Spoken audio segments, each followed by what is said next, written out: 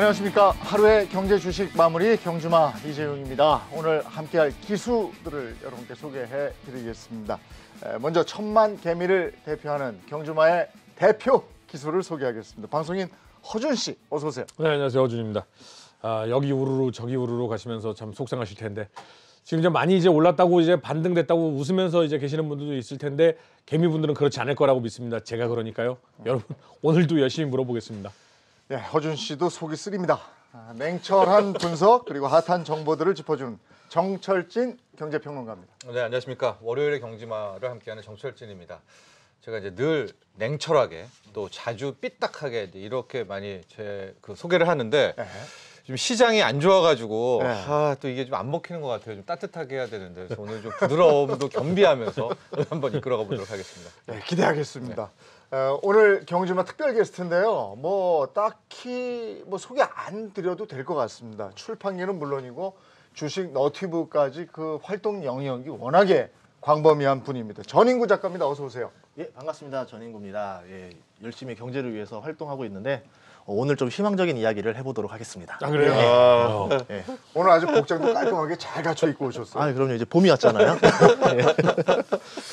자, 한 주가 시작된 월요일입니다. 오늘 시장 어떤 소식이 있는지 먼저 핫 이슈부터 한번 짚어보도록 하겠습니다. 카카오뱅크 오버행 이슈가 올라와 있는데 6월이죠? 다음 달 6월이죠? 네. 보호 예수 물량이 시장에 나올 것이다 이런 예상인데 오늘 주가를 보니까 장 초반에 반짝 상승하다가 소폭 상승으로 마감이 됐어요. 이게 악재잖아요. 그렇죠. 예. 네. 어떻게 보십니까? 아무래도 좀 오버행 이슈 이런 것들이 나오면 수급적으로 꼬이기 때문에 기업의 펀더멘털과는 전혀 연관없는 영역으로 넘어가 버려요. 그래가지고 주가를 예측하기가 너무 어려워집니다. 그렇게 되면 불확실성이 되는 거고 불확실성 자체가 또 리스크가 되면서 또 매도의 요소가 되겠죠. 그렇게 봤을 때는 악재라고 보는 게 좋다 이렇게 볼 수 있습니다. 근데 카카오뱅크뿐이 아니잖아요. 지금 클래프톤도 다음 달 10일인가 이렇게 물량 돌아오지 않습니까? 그렇습니다. 크래프톤도 있고 또 롯데렌탈도 그렇죠. 있고 이제 속속 오버행 이슈들이 이제 계속 나오게 되고요. 카카오를 좀 보면 3억 3,100만 주입니다. 시작이 됐죠. 전체 유동 물량의 한 70% 정도가 되는 건데. 근데 오늘 왜 올랐어? 막 이렇게 얘기를 많이 하잖아요. 지금 막 가슴속에 응어리가 오늘 올랐잖아요. 그러니까 오늘 올랐어요. 근데 이것도 주식이랑 좀 어려운 게 주식은 늘 확실성, 불확실성, 또 미래를 보고 막 그러지 않습니까? 그러니까 뭐냐면 이미 물량이 나올 걸 두려워해서 이만큼 뺀 거고 이제 물량이 막상 쏟아지니까 불확실성 해소다라는 이제 이런 틈으로 오늘 좀 반등이 나온 것 같은데 그러나 저 좀 부드럽게 이야기해야 되는데 그러나 상당할 것 같아요. 이제 이 보호 예수가 풀리니 물량들이 이제 투척되기 시작하면은 조금 힘든 나날은 조금 더 지속되지 않을까 좀 널뛰기는 이렇게 바라보고 있습니다. 근데 이게 이제 다음 달이면 몇 개 주식들이 이렇단 말이에요. 이 시장에 미치는 영향은 어느 정도예요? 보통 이제 우선 베이스를 봐야 되는데 좀 시장의 분위기가 좋으냐 나쁘냐가 가장 클 것 같아요. 시장의 분위기가 좋을 때는 이런 오버행이 나와도 어차피 저가에 매수할 수 있는 기회다 이런 관점이 나올 수가 있는데 반대로 이제 시장이 전반적으로 지수가 하락하는 관점에서는 이거 자체가 안 그래도 아픈데 또 때리는 게 되겠죠. 그렇게 되면 이제 악재로 이제 요소가 되기 때문에 지금 계속 줄줄이 이어져 있기 때문에 아무래도 지수의 흐름에 따라서 분위기가 완전히 바뀔 것 같습니다. 오버행 이슈 해당되는 종목 담아놓은 건 없죠? 그렇게 예상하시면 곤란하죠. 있구나. 아니 근데 저는 그래서 오늘 굉장히 기분 좋은 장이었던 게 뭐냐면 이 나쁜 것과 좋은 게 같이 있었거든요. 아니 그냥 좀 조용히 하지 왜 자꾸 저 얘기해 막 이랬었거든요. 오뱅 이슈 때문에. 근데 오르는 거예요. 오늘 사실은 장이 안 좋았잖아요. 근데 오르는 거예요. 그러니까 사실은 예전 같았으면 오르면 팔아야지. 그냥 오르면 팔아야지. 뭐 이런 생각 갖고 있다가도 오르니까 오버행은 크게 이 주식에 영향을 미치지 못하는구만. 약간 이런 느낌이 들어서 또 못 팔고 갖고 있는 거예요. 그렇지. 망설여지죠. 이걸 언제 던져, 이걸 언제 사. 이게 항상 우리 숙제 아닙니까? 그러니까 다들 안 좋다고 분명히 하셨는데 좋으니까 왜 좋아요? 그랬더니 그거는 말이죠. 시장이 미리 반영했기 때문입니다. 근데 이 얘기 들을 때마다 전문가 아무나 하겠는데? 뭐 이런 생각이 들 정도로. 근데 이제 그 말밖에 설명이 안 돼요. 솔직히 이게 어마어마한 물량이 나오는 건데 오늘 왜 올랐지? 그러니까. 모르죠. 그러니까 이미 그거는 선 반영됐다는데 아직 선 반영이 끝은 아닌 것 같아요. 계속 나오게 될 테니까. 그럼 LG엔솔 관련 뉴스로 한번 넘어가 볼까요? LG엔솔 관련 뉴스인데 따상에 실패했어요, 그죠? 따상에 실패했고 떨어졌어요. 근데 지금 조금씩 올라가고 지금 호재도 보이는 것 같고 예. 이건 어떻게 된 겁니까? 보통 갓 상장한 주식들을 보면은 굉장히 변동성이 심합니다. 네. 예전에 뭐 에어비앤비도 그랬었었고요. 이제 보통 이제 인기 있는 주식이 상장하게 되면은 초반에 이제 청약에서 됐던 이제 가지고 있는 주주들이 초반에 던지죠. 당첨된 걸 바로 던져가지고 이제 팔았다가 초반에 이제 하락이 됐다가 다시 생각해 보니까 이제 또 괜찮아 보이는 거예요. 네. 저렴해졌네. 이렇게 들어오기도 하고 이제 가장 큰 거는 제 생각에 ETF 영향이라 봐요. 이제 ETF에서 뭐 2차 전지든 이제 뭐 전기차든 이런 테마들이 LG 엔솔을 담아야 되기 때문에 네. 계속 수급이 들어오는 거죠. 지금 보시면 뭐 기관 쪽에서 계속 수급이 들어오고 있거든요. 네. 이런 걸 봤을 때는 이제 편중을 하기 위해서 계속 매수세가 이어지는 게 아닌가. 네. 그리고 단기적으로는 초반에 청약에 당첨됐던 사람들이 이제 다 소액주주들이 팔 만큼 팔았기 때문에 네. 지금적으로는 수급이 약간 우위에 있는 게 아닌가 네. 이렇게 보고 있습니다. 지금 2배 가까운 정도로 올랐죠? 예. 50만 원 후반대 정도 되는 것 같은데 예. 그러면 이때 다시 담아요 어떻게? 저희가 경주마 TV 때 한번 이제 LG 엔솔 상장 이후의 네. 흐름들을 예측을 했었잖아요. 네. 그때 그대로 좀 많이 움직이고 있습니다. 그때 무슨 얘기를 했었냐면은 ETF들, 그러니까 패시브 펀드들이 어쩔 수 없이 사야 되는 물량이 있다. 그래가지고 이 돈이 많을 때는 LG 엔솔도 사고 다른 시가총액도 사면서 네. 시장을 이끌어갈 텐데 네. 이게 자칫 돈이 없을 때는 LG 엔솔만 사고 다른 시총 대형을 팔면서 수급을 완전히 어지럽힐 것이다라고 네. 이제 그때 우리가 많이 얘기를 했었잖아요. 네, 이제 네. 전에. 근데 지금 딱 그런 모습이 계속 나오고 있습니다. 오늘도 기관이 한 8천억 이상 네. 팔아왔어요. 그러니까 네. LG 엔솔만 사고 나머지는 싹 다 팔아제끼는 이런 모습들이 이제 계속 나와서 이제 수급 왜곡들이 좀 나오게 될 텐데요. 이제 외국인은 무조건 던지거든요. 아. LG 엔솔을. 네. 그래서 뭐 저의 고객이라면 네. 저도 이제 LG 엔솔은 방망이를 무조건 짧게 잡아야 된다. 아. 패시브가 아마 사도 지금 한 1조 원 남았을까요? 네. 계속 얘네들이 살 때까지는 좀 오르겠지만 아. 또 다 샀다 하는 순간부터는 이제는 맞물려서 코스피 200으로 네. 돌아가잖아요. 그러니까 좀 방망이를 짧게 잡고 단타의 영역 저는 뭐 그 정도로 보고 있습니다. 근데 저는 LG 엔솔 얘기는 그 다른 것에 영향을 주는 것에 대해서는 얘기를 해도 좋은데 네. LG 엔솔 얘기는 안 하는 게 낫지 않나 싶어요. 왜냐면 화학 때문에. 저도 갖고 있는데 네. LG 엔솔로 손해 본 사람 한 사람도 없어요. 아, 그러니까 얘기 안 해도 돼요. 개미 투자자는 손해 본 걸 어떻게 메꿀 것인가, 앞으로 어떻게 이득 볼 것인가지. 엔솔은 어차피 플러스예요. 네. 오늘 보면서도 다들 이 정도면 이런 거 다들 좋아하셨을 거예요. 근데 이게 워낙에 핫 이슈니까 그동안에. 안 해도 됩니다. 네. LG는 어차피 다 벌었어요. 다른 막 대형 종목 그 얘기는 괴롭혀도- 해도 돼요.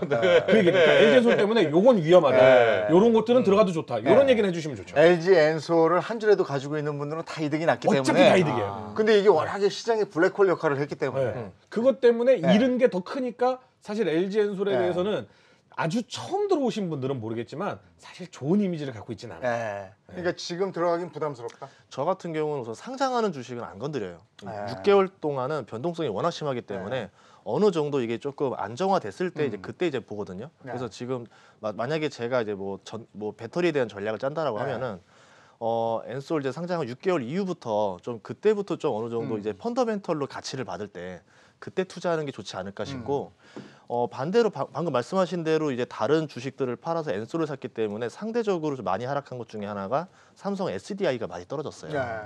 지금 뭐 PER 추정 PER로 치면은 거의 24배까지 떨어졌는데 네. 그렇게 봤을 때는 이제 어떻게 보면 상대적으로 저렴해 보이지 않은가 이렇게 생각해 볼 수도 있죠. 삼성 SDI도 다음 달인가 언제 오버 이슈이지 않았어요? 없나?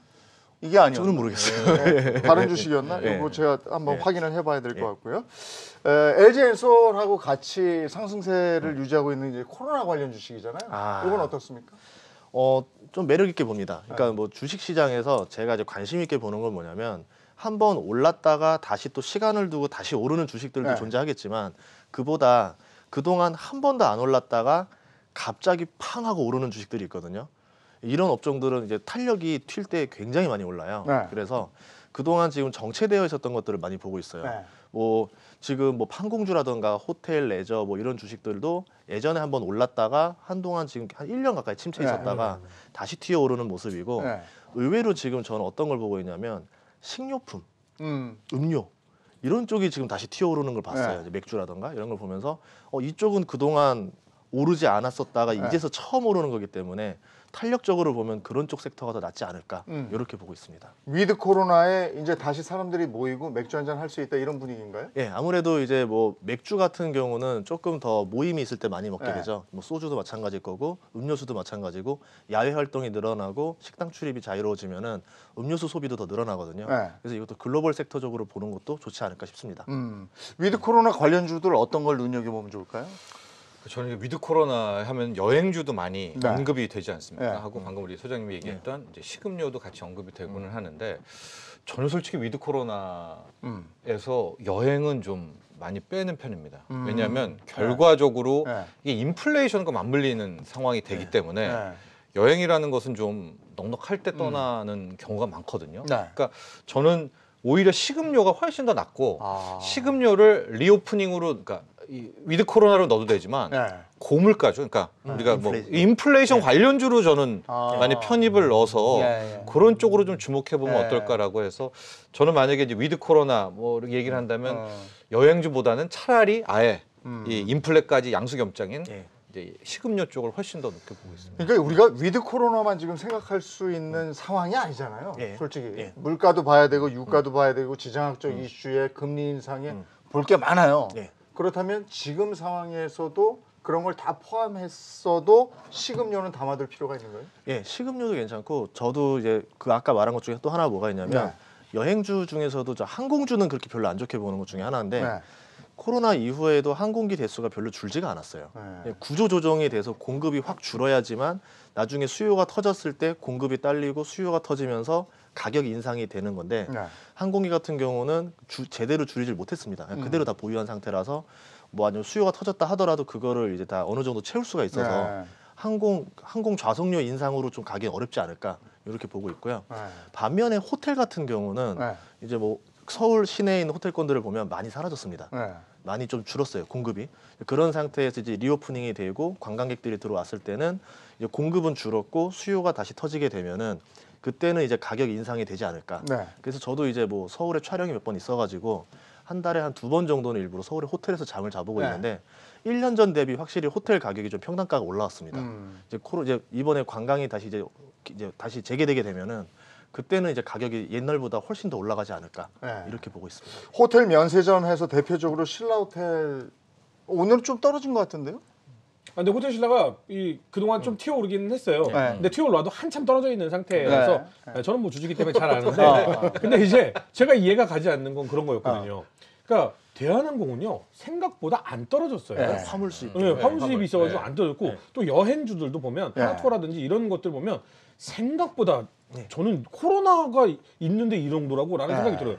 근데 희한하게 호텔 신라는 많이 떨어졌어요. 네. 근데 나 궁금한 게 있어요. 허준 씨는 안 담은 게 뭐야? 예? 많이 오른 주.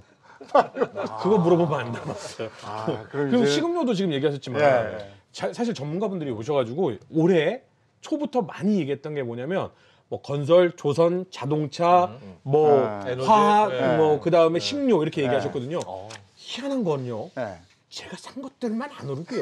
식료라든지 제가 안 산 건 올랐어요. 네. 그러면 그런 것들은 식료는 지금 약간 튀어 올랐잖아요. 네. 앞으로 계속 오를 것이냐. 네. 그리고 얘기한 것 중에 안 오른 것들은 오를 것이냐. 저는 사실 네. 이거 굉장히 궁금하거든요. 저는 우선 식음료 쪽을 좋게 보는 게 우선 PBR이 굉장히 낮아요. 보통 이제 그때 2000년 초반에 그때 닷컴 버블 있을 때만 봐도 기술주가 하락하고 나면은 그 다음에 이제 관심을 두는 게 가치주입니다. 우선은 저PBR인 상태에서 성장성을 띠는 것들이 주목을 받게 되는데요. 그러니까 20년 전에 롯데칠성이 그때 7만 원이었었다가 그때 이제 80만 원으로 올랐었거든요. 그 2년 만에. 예. 그때 사건 같은 경우는 롯데칠성도 지금이랑 공식이 비슷해요. 우선 가지고 있는 부지 가치 때문에 PBR이 저평가를 받았었고 이제 새로운 사업들을 도전을 했었어요. 그때 이제 뭐 생수 사업이라든가 소주 사업, 맥주 사업으로 진출하겠다라고 했었고 히트 상품이 나왔습니다. 2% 부족할 때라고 그 음료수가 나오면서 이제 그때부터 주가가 이제 급성장을 하기 시작했거든요. 지금 같은 경우도 보면은 기술주도 그렇고 모두 그렇고 다 마땅히 좀 투자할 만한 섹터가 별로 없어요. 네.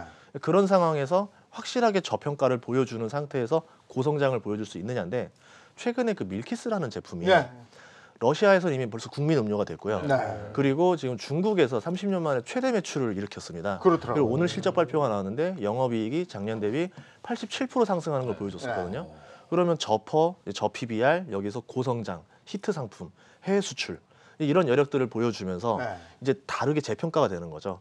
또 이제 롯데칠성 같은 경우는 음료수 라인만 있는 게 아니라 이제 맥주랑 소주가 있는데 특히 소주 라인 쪽이 최근에 이제 뭐 넷플릭스 쪽으로 OTT로 들어가는 이제 뭐 오징어 게임이라던가 이런 컨텐츠들에서 종종 노출이 되면서 네. 지금 소주 수출량이 해외에서 굉장히 많이 일으키고 있어요. 돌풍을 일으키고 있어요.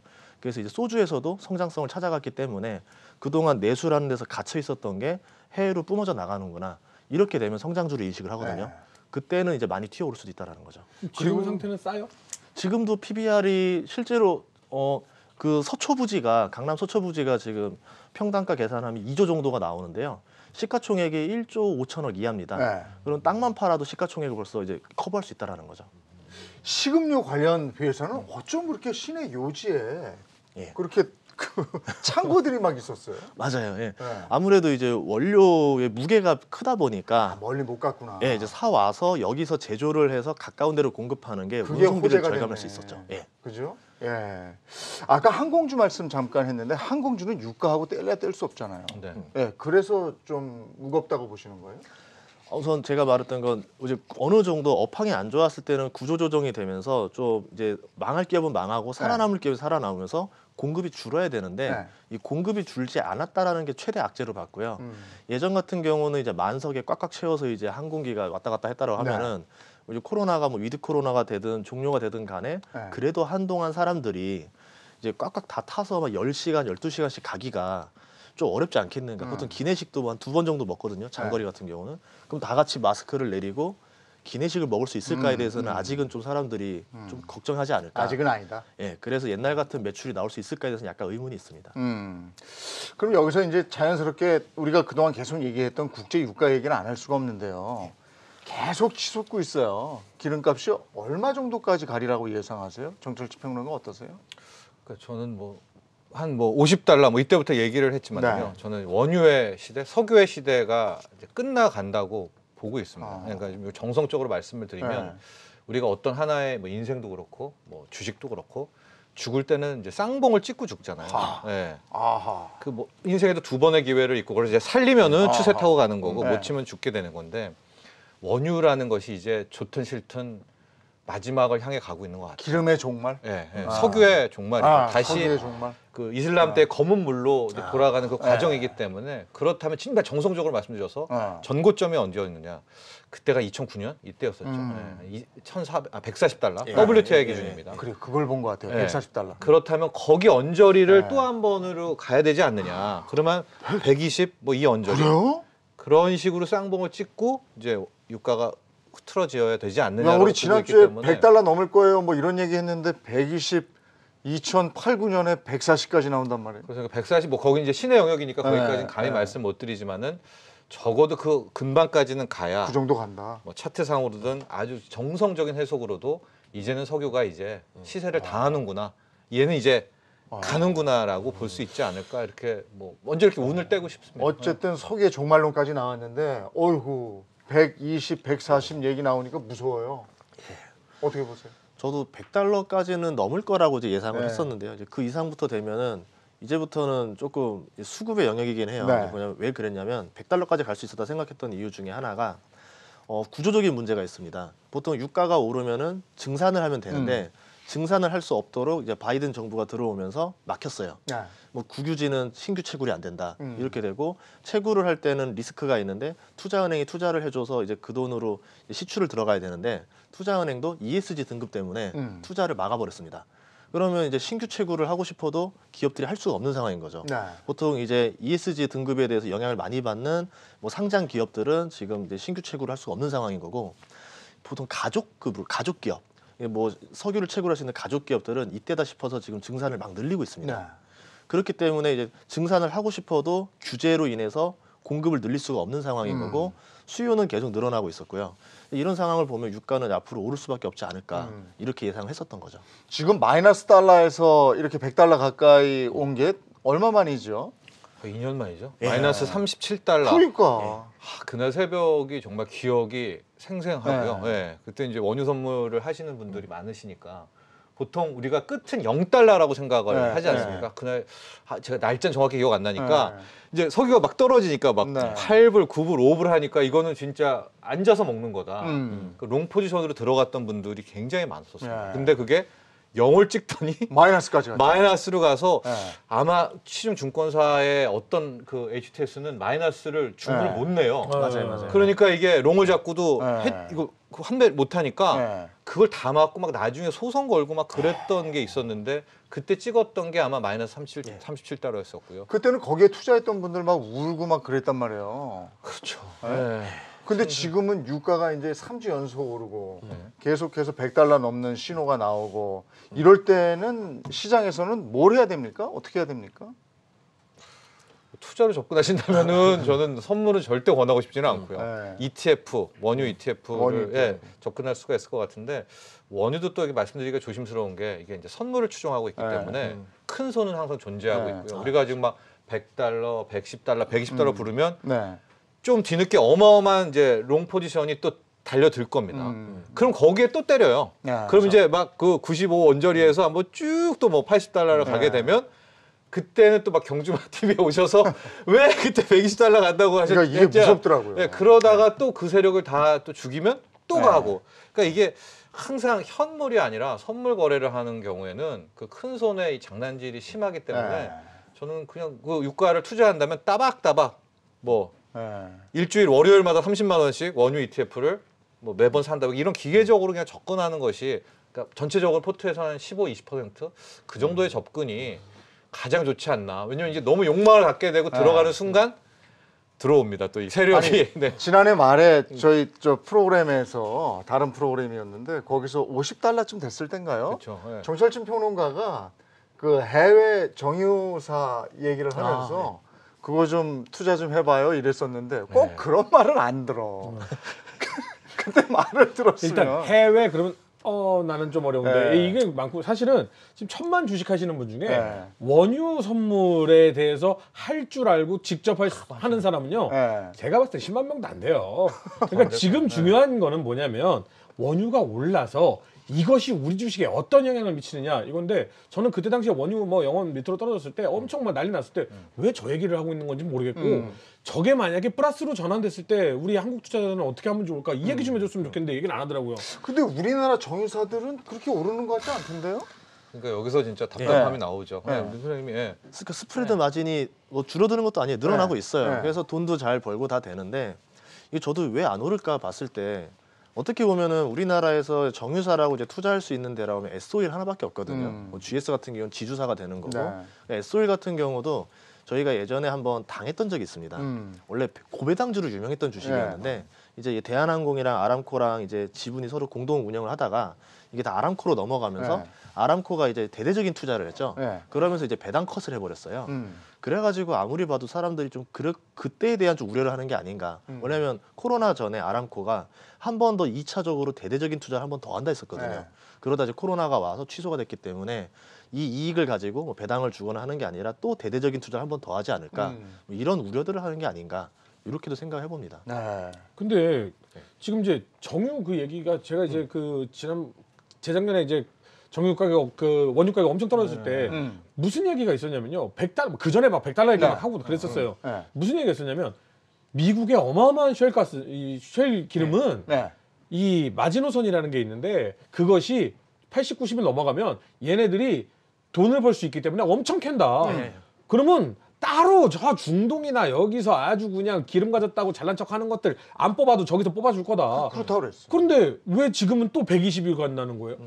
셰일가스 안 뽑나? 아까 말씀한 대로 이제 셰일가스를 하려면 신규 채굴지가 필요한데 네. 이제 미국에서 바이든 정부는 친환경이잖아요. 그것 채굴하는 때문에. 과정에서 탄소가 나와요. 네. 그럼 탄소가 나오면 환경을 해치는 거기 때문에 신규 그러니까 국유지에서는 신규 채굴을 금지한 겁니다. 근데 바이든 정부가 지금 제일 걱정하고 있는 게 인플레이션 못 잡아가지고 지금 네. 안절부절이잖아요. 다음번 정권 무조건 일른다 뭐 이러고 있잖아요. 그러면 딜레마 해줄 수 있는 거잖아요. 그러니까 바로 이거예요. 미국 정부가 예. 그 어디만 가려면 차를 타야 되는 미국 국민들인데 기름값이 이렇게 고공행진을 하면 국민의 생활 자체가 힘든 건데 네. 이걸 가만두냐 이거예요. 그래서 이제 항상 그 쉐일에 대한 두려움이 있고요. 네. 미국으로 따지면 못해도 미국 사람들 200년치 쓸 수 있는 쉐일, 네. 많이 잡으면 네. 400년치 쓸 수 있는 쉐일이 네. 미국 땅에 있습니다. 네. 근데 이제 소장님도 얘기했지만은 보통 정유는 그냥 팍 파면 팍 올라오잖아요. 근데 쉐일은 퇴적암 밑에 있기 때문에 이렇게 팠다가 일로 또 파 들어가야 되는데 이때 이제 환경 파괴에 이제 온갖 것들이 다 쏟아지는 겁니다. 네. 그래서 현재 바이든 행정부의 현 기조대로라고 하면 네. 쉐일을 시도를 못 할 거고 그 많은 쉐일을 안고 그 석유를 끝낼 것이다라고 저는 보고 있는데 말씀하신 대로 그런 의견이 분명히 있는 건 사실입니다. 왜냐하면 지금 먹고 살아야 되는데 그러니까. 유가가 막 110, 120 가면은 왜 쉐일을 안 파냐라는 의견이 네. 분명히 나올 것이고 근데 저는 그걸 좀 다르게 본 게 그런 순간에 네. 신재생 에너지의 어마어마한 발전 아. 개발로 이거가 솔루션으로 풀릴 것이다라고 보고 있었고 네. 그래서 이제 늘 포트를 짤 때도 정유가 쫓아가면 네. 그 다음에 이제 대체 에너지, 아. 뭐 태양광, 풍력, 조력 이런 식으로 가야 되는 건데 이게 얼핏 외국주는 잘 맞거든요. 네. 뭐 가령 미국만 봐도 네. 엑소모빌, 쉐브론이 가고 네. 뒷지야 뭐 다초 에너지, 뭐 태양광들이 뭐 따라가고 이런 모습인데 이게 미국만 맞아요. 우리는 우리는 SOL도 못 가죠. 뒤에 OCI도 못 가죠. 가죠. 이게 맞아요. 대체 에너지까지 싹 다 못 가요. 네. 우리는. 그러니까 우리는 이게 한국 주식이 지금 어렵지. 우리 정철 전문가님이 얘기하신 이 내용, 네. 요 내용이요. 불과 1년 전에 똑같이 전문가분들이 방송에서 엄청 얘기했어요. 네. 그래서 뭘 사라고 했느냐? 네. 풍력, 우리나라에 풍력을 개발하고 납품하는 업체가 있는 거 아느냐? 그리고 태양광 막 얘기 엄청 했어요. 네. 그래서 우리 개미들이 그 얘기 들어보니까 아니 퍼가 이렇게 높은데요. 지금 전 세계가 다 풍력으로 간다. 예? 그래서 이거 쫓아 들어간 사람 많아요. 예. 지금 풍력 어떻게 됐습니까? 박살났어요. 아니 그 전문가 여러분들이 얘기를 하실 때에는 나는 우리 개미들은 그냥 믿고 따라가잖아요. 근데 물론 공부해라 뭐 맞죠. 근데 아침 8시부터 밤 6시까지 회사 출퇴근하는데 내가 일하는 시간에 장이 끝나는데 어떻게 해요? 그냥 사실은 이게 맞는 것 같아 라고 얘기하면 믿고 따라가거든요. 근데 지금 이 얘기에서 우리가 그러면 개미들이 앞으로도 신재생 에너지가 될 거니까 그러면 그냥 참고 기다려야 하냐인 건지 아니면 아니 이거는 노선이 우리가 틀린 거를 인정하고 바꿔야 된다 라고 가야 되는 건지가 상당히 궁금해요. 이것과 관련된 ETF들도 많이 팔렸기 때문에. 예. 네. 저는 어떻게 보세요? 신재생에 대해서 어떻게 생각하냐면 이제 우선은 고퍼주였었어요. 작년 같은 경우는. 그런데 이제 올해 같은 경우는 신재생 에너지 중에서도 저퍼주들이 나오기 시작했습니다. 매출도 늘고 수익이 크게 늘었는데 그냥 신재생 분위기가 안 좋으니까 전반적으로 수급이 다 빠지면서 주가가 내려간 주식들이 많이 있어요. 뭐 대표적으로 말씀하셨던 OCI도 그랬었고 다초 같은 경우도 이제 PER이 4배 이하로 떨어졌고 그렇게 되는데 다만 이제 이런 두려워하는 게 있죠. 그 대신 이제 뭐 태양광이나 신재생 같은 경우도 공급 과잉에 대한 우려가 있는 거죠. 네. 너무 많이 생산하는 게 아닌가, 캐파를 너무 많이 늘린 게 아닌가. 그렇게 되면서 판매 가격이 떨어질 거고 수익성이 악화되지 않겠느냐 이렇게 보는데 방금 말씀하신 대로 유가가 올라가게 되면 오히려 바이든한테는 땡큐가 될 수도 있습니다. 친환경 정책 드라이브를 걸을 때 유가가 비쌀 때 돼서야 비로소 이제 신재생 에너지들이 각광을 받거든요. 네. 이제 단가가 맞아지기 시작합니다. 그러면 오히려 살짝 방치하는 게 아닌가.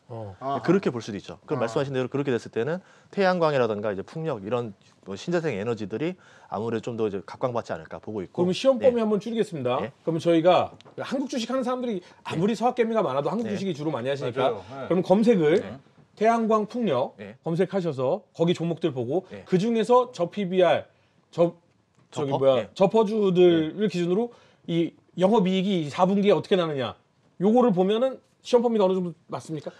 한국에서 보시지 마시고 글로벌로 보셔야 돼요. 우리나라 주식밖에 몰라요. 왜냐하면 태양광 같은 경우는 밸류 체인이 거의 중국이 다 잡았기 때문에 네. 중국 주식 중에서 택하셔야 되고요. 아 근데 저거 중국 클린 에너지 지금 ETF 있거든요. 아 이거 마이너스가 상당해요. 언뜻 들었을 때 40%. 아 무서워요. 근데 이제 신재생 에너지도 이런 게 있어요. 태양광 중에서도 이제 제일 앞단이 폴리실리콘이 인플레이션에서 가장 그래도 방어가 좀 돼요. 근데 이제 폴리실리콘 쪽도 뭐냐면 생산을 하면 할수록 탄소 배출이 늘어나요. 그렇기 때문에 이 탄소 배출에 대한 우려를 제거할 수 있으면서 생산을 편안하게 늘릴 수 있는 기업들이 좀 더 각광을 받을 겁니다. 뭐 대표적으로 폴리실리콘으로 치자면은 뭐 통이라던가 뭐 다초, 뭐 OCI 이런 기업도 있는데 차라리 저 중국에 보리화품이라는 회사 같은 경우는 오히려 지금 새로 나온 신기술이 이제 탄소 배출을 줄이면서 생산을 늘리거든요. 이런 것들을 주목하시는 것도 좋을 것 같아요. 중국 알주식이 힘든데.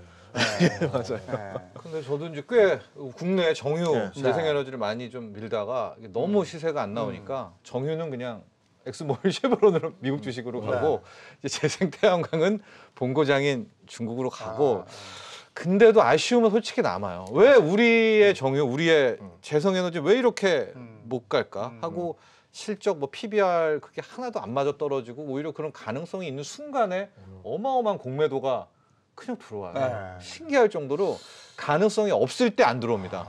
있을 때 들어와요.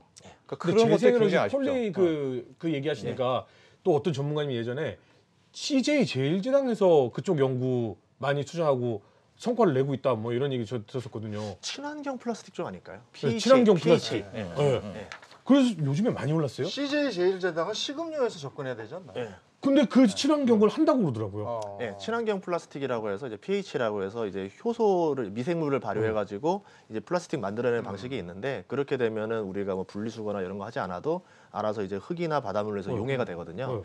이제 그걸 할 수 있는 회사가 이제 뭐 미국의 데니머라든가 뭐 일본의 카네카, CJ 제일제당이 있다라고 하는데 뭐 카네카 같은 경우는 LG화학 같이 이제 종합화학 회사이기 때문에 그거에 대한 비중이 워낙 적고 아까 CJ 제일제당도 식료품이 매출 비중이 크기 때문에 이거로 인한 영향이 아직 크지 않은 상태였고요. 그리고 우선은 단가가 너무 높기 때문에 아직은 좀 가격 경쟁력이 안 나와서 시간이 좀 지나야 보이는 것들인데 그때만 해도 이제 기술주가 각광받다 보니까 3년 뒤에나 미래 가치가 있을 거를 땡겨와서 막 사람들이 희망을 걸었던 거죠. 선반영을 너무 빨리 했다. 이렇게 볼 수 있습니다. 근데 어쨌든 유가가 100달러를 넘어서 120달러까지 가는 상황이 온다면 대체 에너지에 대한 생각은 안 할 수가 없는 것 같아요. 그래서 그때 비로소 더 각광받는 시장이 되지 않을까. 거기에 대한 준비도 우리가 좀 해야 될 것 같고요. 유가 자체로 다시 돌아간다면 원유 가격이 오른다는 건 인플레이션이 오고 인플레이션의 척도가 되는 거 아니겠습니까? 그럼 이런 상황은 어떻게 봐야 되는 거예요? 이제 원유 가격이 떨어질 수 있느냐를 먼저 봐야 될 것 같아요. 그럼 어떻게 했을 때 떨어질 수 있느냐인데 뭐 아까 말씀하신 대로 바이든이 도저히 이제 물가에 대한 민심 압박을 이기지 못해서 뭐 증산에 대해서 어느 정도 자기만의 합의안을 내지 않을까. 저도 이제 그게 마지막 카드라고 보거든요. 대표적으로 이게 뭐 당장 가까운 시일 내에 하기 좀 쉽진 않은데 이렇게 되는 거죠. 그냥 바로 증산하라고 할 수는 없으니까 예를 들어서 탄소 포집 기술 장치를 몇 년 안으로 확보할 수 있는 기업들에 한해서만 뭐 증산을 허가해 주겠다. 조건부 허가들을 걸지 않을까 싶어요. 그렇게 되면 이제 미국 내에서도 증산이 늘어나고 뭐 예를 들어서 보조금이 나오기 시작하고 그렇게 되면은 아무튼 기대 심리 자체가 앞으로 이제 내년에는 유가가 증산이 많이 되겠구나. 그러면서 조금 먼저 꺾이지 않을까 이렇게 생각을 해보고 있습니다. 그러니까 탄소 배출 때문에 지금 걱정이 돼서 셰일가스도 못 생산을 하면 그러면 아까 얘기한 탄소 포집 기술이라는 게 있는 회사들이 각광을 받을 것이다. 그 회사들이 어디고 그거 모르겠으면 탄소 포집 기술 ETF가 따로 있나요? 아직은 없습니다. 탄소 포집 기술이라는 게 기술은 있긴 있는데 이제 시추할 때 탄소가 나오는 걸 잡아서 이제 다시 땅에 묻거나 이렇게 보관을 하는 형태인데요. 근데 아직은 단가가 너무 비싸요. 이렇게 했을 때는 생산 단가가 안 나오기 때문에 안 하는 거거든요. 근데 지금 뭐 석유 업체들도 기술 개발을 하고 있고 우리나라 같은 경우는 뭐 삼성 엔지니어링이라든가 현대건설이라든가 이런 좀 대형 건설사들이 이쪽을 이제 신성장 사업으로 보고 준비를 하고 있습니다. 그러면 이렇게 되면 석유의 종말은 조금 뒤로 가는 거죠? 근데 항상 보면은요 에너지의 교체 이런 체인지 같은 경우에는 쉽게 말해서 얄짤이 없더라고요. 과거 역사를 봐도. 그게 무슨 얘기냐면 이미 뭐 전 세계 순회가 모여서 석유의 시대를 끝내려고 결정을 내렸지 않습니까? 그래서 뭐 그전에 지구 온난화도 나오고 어쨌든 여러 가지 명분들도 다 나왔는데 이런 상황에서 유가의 급등 때문에 이걸 다시 되돌린다? 이런 판단은 본 적은 없어요. 지금 전기차 생산도 다 뭐 2030년에 끝내네, 뭐 18년부터 끝내네, 24년부터 끝내네 하는데 여기서 다시 석유를 가지고 국어를 한다? 저는 그럴 것 같진 않고요. 오히려 석유가 빨리 비싸질수록 유리하다고 봅니다. 이게 무슨 얘기냐? 더 비싸지고 더 비싸지면요, 사람들이 바로 전기차 바꾸죠. 작년, 재작년 대비 올해 2배가 이미 전기차 판매량이 늘었다고 하는데 전 세계적으로 차가 8천만 대 팔리는데 이제 한 480만 대, 500만 대 팔리거든요. 유가가 여기서 더 오르면 전기차 더 빨리 갑니다. 그러니까 차라리 저는 더 잘 쓸 것 같아요. 저는 이 의견은 정치적인 전문가님한테 완전 반대요. 왜냐면 지금 전기차가요, 사람들이 안 사서 뭐 대수가 안 늘어나는 게 아니라 생산이 안 돼서 안 늘어나는 거예요. 그 전기차가 1000만 대가 있으면 1000만 대 팔릴 거예요 지금. 근데 지금 전기차가 생산이 안 되니까 없대. 몇 개월 기다려야 되는데 그러면 나 그냥 이번에는 그냥 하이브리드로 할래. 이렇게 된 거지. 사실은 반도체 수급과 뭐 문제, 뭐 배터리 문제 없어가지고 쭉쭉 만들어냈으면 이미 많이 늘었을 거라는 거죠. 그러니까 과정이라는 시간은 분명히 필요한 것이고 그 정도의 시간은 석유를 사용해야 되는 건데 뭐 물론 앞에 가가지고 뭐 이 수뇌부들이 결정하고 바꿔야 가려면 대세의 흐름은 어쩔 수 없다 쳐도 저는 전기차로 바뀌는 시간은 뭐 어차피 물리적인 시간은 당연히 들어간다고 생각을 하거든요. 근데 중요한 건 이게 아니라 저는 진짜 오늘 되게 궁금했던 게 뭐냐면요. 이 하락장이 나오기 전에 오늘 요 며칠 전에 이제 상승했던 그 장이 나오기 전에 막 떨어질 때 사람들 막 다 패닉에 빠졌잖아요. 그때 우리 전문가분들한테 개미들이 제일 원했던 게 뭐예요? 이거 계속 떨어져요? 반등이 있어요? 라고 했는데 두 개 크게 나눴었어요. 기술적 반등이 한 번 올 것이다. 근데 찐바닥은 한번 확인해야 된다. 요 의견이 하나가 있었고요. 이거 지금 대한민국이 꽤나 지금 생산도 잘 되고 있고 우리나라는 생산하는 국가니까 앞으로도 성장 가능성이 있다. 그러니까 지금 사셔도 괜찮다. 뭐 이런 지금 의견이 있었거든요. 근데 한번 퉁 하고 튀더니 지난주 수목금 정도에 올랐잖아요. 잠깐. 근데 다시 오늘 툭 하고 꺾였단 말이죠. 이게 반등이 끝난 거예요? 아니면 이게 앞으로 이걸 반등이라고 할 수는 없지 않아요? 너무 짧아서 사실 이거 볼링공이 땅에 떨어진 느낌이에요. 퉁. 네. 제가 좀 기술적 투자자가 아니어가지고 이걸 맞출 수 있다라면 선물로 투자를 했을 것 같긴 한데 이제 이런 건 있었어요. 최근과 조금 달랐던 게 예전에 이제 그냥 많이 흔했던 패턴은 말씀하신 대로 어느 정도 하락하고 나면 그래도 데드캣 바운스라고 해서 기술적 반등은 한번 나와주고 다시 떨어지는 경우가 많았는데 최근 근래 들어서 이제 헝다 사태 이후로 뭐 코인이라던가 뭐 지수라던가 이런 걸 보면은 반등 없이 그대로 꽂아내리는 경우도 많았어요. 그렇기 때문에 이거를 반등이 나온다가 과연 확률이 있냐는 좀 봐야 될 것 같아요. 근데 지금 이제 우리가 쓰리고의 시대에 살고 있다 이런 얘기를 하잖아요. 네. 고유가, 고물가, 고환율 상황. 이럴 때 우리가 눈여겨봐야 되는 건 어떤 것들이 있습니까? 전반적으로 경기에 그렇게 좋은 내용들은 아니죠. 그렇죠. 예, 뭐라도 하나가 잡혀야 되거든요. 네. 예, 그렇기 위해서 보통 이 시기 때는 필수 먹거리, 뭐 이제 필수 제품들을 좀 봐야 되지 않을까라고 생각을 하고 있습니다. 대표적으로 이제 저는 이제 어떤 것들을 보냐면 이때 2009년도, 10년도, 11년도 그 시즌을 생각하는데요. 이렇게 이 상황에서 경제가 좋으냐 나쁘냐가 굉장히 많은 걸 좌우할 것 같아요. 그때 같은 경우는 중국 경기가 좋았었어요. 그래서 뭐 이제 유가도 높고 물가도 계속 올라가고 환율도 높았지만 중국 경제가 되게 호황이었기 때문에 우리나라 차화정들이 굉장히 많이 올랐었거든요. 이번에도 마찬가지로 지금 보면은 이런 상황이지만 그래도 미국의 소비 심리가 나쁘지 않았고 중국 같은 경우는 좀 나빴었는데 최근에 이제 유동성 공급이라든가 금리 인하를 하면서 이게 이제 몇 달 뒤에 효과를 보냐 안 보냐를 좀 체크해봐야 될 것 같습니다. 그래서 미국이 계속 소비 심리 살아 있고 중국도 살아난다라고 하면은 저는 아까 이제 말씀대로 전기차 쪽을 좀 보고 있어요. 왜냐하면 그때도 제가 2009년, 10년 차를 살 때 보니까 하이브리드가 굉장히 유행했었거든요. 전혀 생각이 없었는데 기름값이 너무 비싸니까 하이브리드를 안 생각할 수가 없는 거예요. 거기다가 이제 최근에는 내연기관도 이제 종료할 거라고 이제 이야기가 나오면서 겁을 줬잖아요. 어차피 바꿀 거 전기차로 바꾸자. 보조금만 나온다 한다라고 하면 대표적으로 중국 같은 경우는 올해까지는 보조금이 나오는데 내년에 보조금이 안 나옵니다. 그러면 이제 사람들이 이미 살 걸 좀 미리 땡겨 사자라고 하면서 중국 시장이 이제 좋아지면은 전기차 판매량이 늘어날 거라 보고 그렇게 보면은 이제 좀 글로벌 전기차 회사들이 좀 매력이 있지 않을까 이렇게 생각해 보고 있고요. 글로벌 전기차 회사 중에 현대도 들어가지 않아요? 근데 현대차는 왜 이렇게 안 올라요? 인정을 안 해주더라고요. 중국 시장을 뚫어낼 수 있냐 없냐가 이제 좀 관건이라 봐요. 네. 그리고 이제 완성차라고 이제 보는데 완성차 업체 같은 경우는 전기차 매출 비중이 그렇게 높진 않기 때문에 순수 전기차 회사라 보기 어려운 것 같아요. 뭐 우리 LG화학이 물적 분할을 해서 LG 에너지 솔루션을 내려가지고 배터리 100% 회사로 만드니까 시가총액이 더블로 넘어갔잖아요. 그것처럼 순수 전기차 회사냐 완성차 회사냐는 좀 가치가 다르지 않는가 이렇게 보고 있습니다. 물가 상승 압력은 지금 계속 밟고 있잖아요. 그러면 그 어떤 분들은 이것 때문에 지금 굉장히 힘든데 또 어떤 분들은 그럼에도 불구하고 소비는 다시 회복이 될 것이다 이래요. 근데 물가가 그렇게 오르는데 소비가 회복이 됩니까? 보통 이제 그렇게 되려면은 박자가 맞아야 되는데 계속 물가가 이렇게 높이 올라가는 상황에서 과연 소비가 영원히 올라갈 것이냐 그것도 어렵거든요. 네. 이럴 경우에는 한 가지 조건이 붙어야 됩니다. 임금도 같이 올라가야 돼요. 음. 그럼 임금이 올라가려면 공장 같은 경우도 이제 더 고용을 늘리고 더 생산이 늘어나야 되는데 네. 그 환경이 밑받침 되냐 안 되냐가 돼야 된단 네. 말이에요. 그럼 저는 이제 그 가장 키 플레이어가 뭐냐면 결국은 코로나가 끝날 것이냐 안 끝날 것이냐가 이게 모든 걸 좌우한다고 보는 거죠. 코로나가 끝나게 되면은 그동안 밀렸던 생산들이 이제 폭주하게 되면서 공장이 생산 가동률이 네. 다 풀로 돌아가야 돼요. 신흥국이든 미국이든 중국이든. 네. 그렇게 됐을 때는 고용이 늘어나게 되고 실업이 줄어들고 사람을 못 뽑으니까 임금을 올리는데 임금을 올려도 어차피 생산량이 풀이기 때문에 상관이 없겠죠.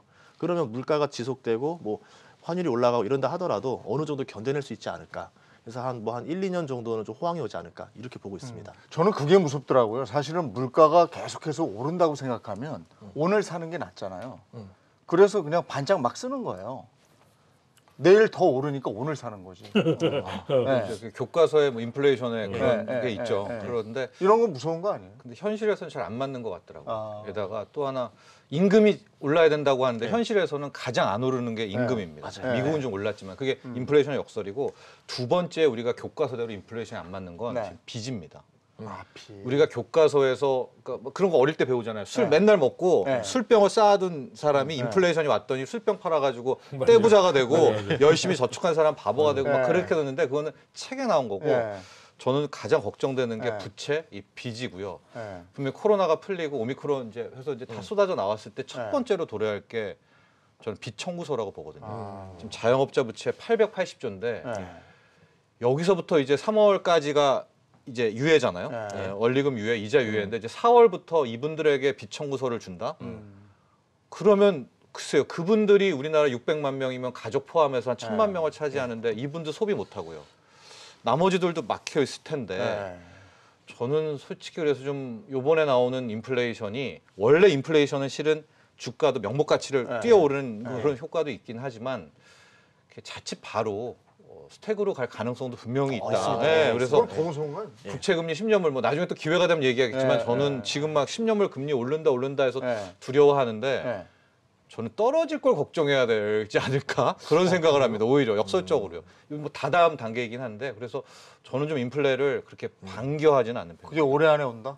뭐 올해든 언제든 모르나 여기서 오히려 풀릴 경우에 아, 풀릴 경우에. 더 물가를 자극하면 이게 결코 자산 시장에는 좋을 것 같지는 않습니다. 그러면 지금 이제 두 분 전문가들은 그 각종 지표를 볼 거 아니에요? 예. 그럼 지금 이즈음의 상황에서 가장 중요하게 보는 지표는 어떤 것들입니까? 뭐 이를테면 뭐 소비 지표, 고용률, 실업률 뭐 각종 지표들이 있더라고요. 그 작년 내내 좀 열심히 봤던 거는 실업률을 봤었던 것 같아요. 미국 실업률을 봤었는데 올해부터는 소비 심리 보고 있어요. 아, 이제 소비 심리가 꺾이게 되면은 방금 말씀하신 대로 스태그의 예비 신호가 될 수도 네. 있기 때문에 소비 심리가 끝나지 않길 바라고 있고 네. 또 뭘 보고 있냐면 중국 경기 지표가 살아나느냐 안 살아나느냐를 되게 관건 있게 네. 보고 있어요.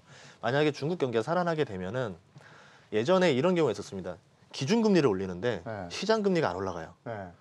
그래서 역설적으로 이게 어쨌든 이제 빚을 져서 투자하는 사람 입장에서는 별 타격이 없는 거예요. 네. 그런 경우가 오면 호황이 좀 길게 올 수도 있거든요. 그때 같은 경우는 중국이 굉장히 호황이 오면서 그때 미국의 채권을 막 사주면서 네. 이런 일이 벌어졌었거든요. 그래서 중국 경기가 좋아졌을 때는 오히려 저는 인플레를 잡을 수도 있다. 네. 우리가 생각하는 것만큼 공장은 다 돌아가는데 인플레가 생각보다 안 올라가는 일이 네. 벌어지지 않을까.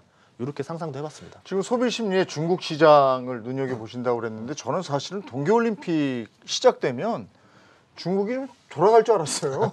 근데 지금 그렇지 않은 것 같아요. 어떻게 보세요? 그렇죠. 이제 중국도 지금 만만치 않은 상황인 것 같습니다. 네. 근데 중국에 워낙 정보도 없고요. 네. 뭐 이렇게 SNS를 보면 중국의 인플레이션도 엄청 심하다고 하고 있거든요. 네, 네. 그런 와중에서도 지준율을 인하한다는 건 저는 이걸 경기 부양이라고 보기보다는 네. 그러니까 얼마나 어려우면 네. 예, 지준율을 인하했을까? 그러니까 이게 여유가 있어서 경기 살리려는 게 아닌 쪽이 있거라고 보고 있거든요. 네, 그래서 네.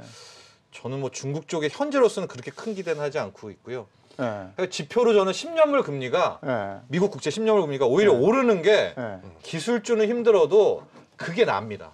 그게 중장기적으로는 그게 나아요. 차라리 그쵸. 금리 오르는 게 시장에서는 오히려 자산 시장이 괜찮아요. 근데 어. 문제는 한 여기 지금 뭐 1.9, 2% 언저리에서 네. 10년물 국채 금리가 꺾이면 그때는 답 없다고 보거든요. 아. 그러니까 그게 더 두렵지 않나 그렇게 봅니다. 그러니까 그게 우리 흔히들 전문가님들이 많이 얘기하시는 장단기 금리 차가 붙기 시작하고 역전이 되는 그 상황을 수익률 얘기하는 평타잖아요. 거잖아요. 그러니까 저는 사실 이렇게 많이 얘기하고 이 원리를 얘기하면 이해가 안 가다가 딱 이제 그 결과를 놓고 보면은 이해가 가는데 정말 이게 트럼프 대통령 때 한 번 있었잖아요.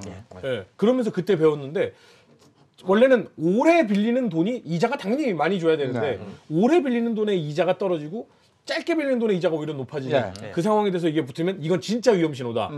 그러면 이게 만약에 이렇게 벌어진다면 투자를 계속해도 괜찮다. 이렇게 얘기해도 돼요? 네, 저는 난 것 같아요. 그러니까 기술주는 아니더라도 뭐 10년을 위해 올린다면은 저는 그거는 우리 역대에서 봤던 뭐 자산 시장에서 중장기적으로는 좋아라 했던 그런 신호라고 봅니다. 그 지표를 눈여겨봐야 되고 환율은 어떻습니까 지금? 오늘 1,200원 넘었죠? 1,200원 넘지는 오래되지 않았나요? 네. 오늘도 네. 넘었죠? 볼까요? 오늘 네. 장중에는 1,200원 이하였었다가 네. 뒤를 어떻게 네, 막아지 맨드에프에서 딱 1,200원으로 넘었어요. 1,200원에 1,200원에 있습니다. 있습니다. 이거 어떻게 보세요? 환율이 뭐 우선 상단 밴드가 1,200원을 오랫동안 넘었던 적이 그렇게 흔치 않아요. 네, 네. 예, 그렇기 때문에 이게 일반적인 상황에서는 이제 일시적이라고 보는데 네. 지금 상황 같은 경우는 사람들이 두려워하는 악재가 너무 산발적으로 있죠. 네. 뭐 러시아 우크라이나 사태부터 시작해서 금리 인상부터 시작해서 오미크론은 끝나지도 네. 않고 있고 이렇기 때문에 더 올라가지 않겠느냐라고 보는데 뭐 이 환율 상태에서 저는 뭐 이거를 더 여기서 더 올라간다에 뭐 투자를 하고 싶진 않아요. 그냥 여기서 지켜본다가 될 수 있을지언정 지금 뭐 내가 달러로 환전을 하겠다 그거는 조금 리스크가 있지 않을까 오히려 예, 그렇게 생각합니다. 근데 지금 마음들이 이제 굉장히 이제 개인 투자자분들은 안 좋으신 분들이 꽤나 비율이 많을 거란 말이죠. 예. 근데 딱 2년, 1년 전만 상황만 봐도 장단기 금리 차가 뒤바뀐 적도 있고 그리고 이자율 야 제로를 넘어서는 시대가 왔어. 마이너스 금리 시대가 왔어. 라는 얘기가 있었던 게 엊그제고 유가가 0달러 밑으로 떨어진 적도 있고 그리고 인플레이션이 아니라 야 이거 전 세계가 디플레이션입니다. 큰일 났습니다. 맞아요. 이거 물가 좀 물려야 됩니다. 이 얘기를 불과 1, 2년 전에 했었어요. 네. 그러니까 이 투자의 세계에 있으면서 개미 투자자분들한테 이거 하루 몇 개월 지나면 이 얘기가 또 정반대로 바뀔 수도 있다. 시장의 변화는 정말 그러니까 기다리고 참는 능력이 중요하다. 이렇게 좀 얘기를 해드려도 괜찮은 겁니까? 예. 그 우선 시장에서 어떻게 보면은 금리 인상을 우리 악재라고 보잖아요. 근데 예전에 사례들을 보면은 금리 인상하고 나면 이걸 오히려 호재로 볼 때도 있어요. 아 금리 인상을 할 정도로 경제가 지표가 튼튼해졌네.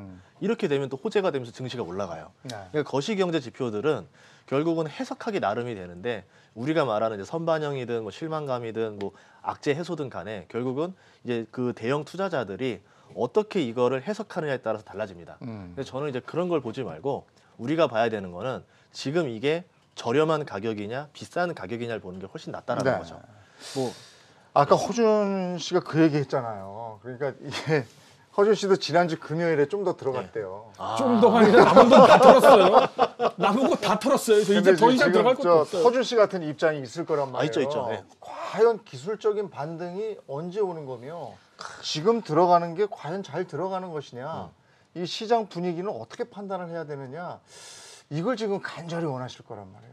어떻게 보시는 거예요? 저는 그래서 이제 아까 말씀드렸던 대로 코로나가 끝날 거냐 안 끝날 거냐를 굉장히 좀 주목하고 있고 이게 상반기에 끝날 거냐 하반기에 끝날 거냐에 따라서 또 전략이 바뀌기 때문에 이제 지금 느끼는 거는 뭐 유럽도 그렇고 우리나라도 그렇고 이제 뭐 그냥 위드 코로나를 많이 생각하고 있는 것 같아요. 그러면서 좀 분위기가 좀 전환되지 않을까. 그렇게 되면 아까 말씀하신 대로 좀 어느 정도 조금 한번 반전을 주는 분위기가 나오지 않을까 이렇게 네. 기대는 해보고 위드 있습니다. 코로나로 가는 순간에 돼서야 반등이 나올 것이다. 그러면 들어갈 때 눈여겨볼 섹터. 우선은 마시는 쪽이 낫겠죠. 음료 마시죠. 쪽이라든가. 식음료 오늘 계속 말씀하시네요. 너무 빨리 들어갔네. 삼정 같은 건. 근데 저는요, 뭐 3점 이런 거 종목을 떠나서 3월 10일까지 그러니까 선물옵션 동시 공개 있는데 딱 하나만 좀 보는 지표가 있는데요. 외국인들 누적 선물 순매도 규모거든요. 심지어 과하게 많아요. 그러니까 이거 4만 계약이 넘는 것 같은데 이건 어쨌든 떨어진다. 아주 뭐 고지고대로 말씀드리면은 베팅하려는 외국인들의 그 마음이 강렬하다는 뜻입니다. 아직까지. 그렇다면은 적어도 이 4만 계약 매도가 한 번은 풀려줘야 돼요. 3월 10일까지입니다. 이거. 정평론가님 왜 이 얘기 그 전에 안 해주셨어요? 아까 쉬는 시간에 했잖아요. 지금 시간이 얼마 안 남아서 지금 3월 10일을 눈여겨봐야 된다. 동시만계. 그리고 아직 투자하려는 외국인들의 여력이 있다. 그리고 우리는 3월 9일에 대선이 있다. 네. 그러면 9일과 10일을 눈여겨보고 네. 지금 당장은 액션을 취할 단계는 아니다. 하고 아니다. 외국인 선물 매도 풀리는지 봐라. 선물 매도가 풀리는지 네, 봐라. 네. 요 지표를 봐라. 네. 자, 요 정도로 마무리하면 여러분 되겠습니다. 따뜻한 분인 줄 알고 뛰어들었더니 용암이었어요. 여러분들은 참으세요. 3월 10일 정도까지 참으세요. 오늘 굉장히 춥잖아요. 예. 내일부터 풀린다잖아요. 네. 네. 이제 오늘까지 많이 추웠는데 내일부터 풀린대요. 우리 저 주가도 좀 이랬으면 좋겠어. 그러니까요. 네. 예. 많이 추웠는데 내일 우리 날이 풀리듯이 우리 주식 장에도 빨리 봄의 온기가 좀 왔으면 하는 바람으로 오늘 경주마 마무리를 해야 되겠습니다. 두 분 아주 오늘 그 박진감 넘치는 얘기를 해주셨어요. 식음료. 네. 3월 9일, 10일 네. 눈여겨봐야 되겠습니다. 그만 들어가시고 요때 봐요. 저는 또 한 가지 고민이 이제 그러면 아니, 그때 고민할 게 없어요. 막 시간이 없어 안 돼. 네, 경주마 오늘 여기까지 하겠습니다. 내일 뵙겠습니다. 고맙습니다. 감사합니다. 감사합니다.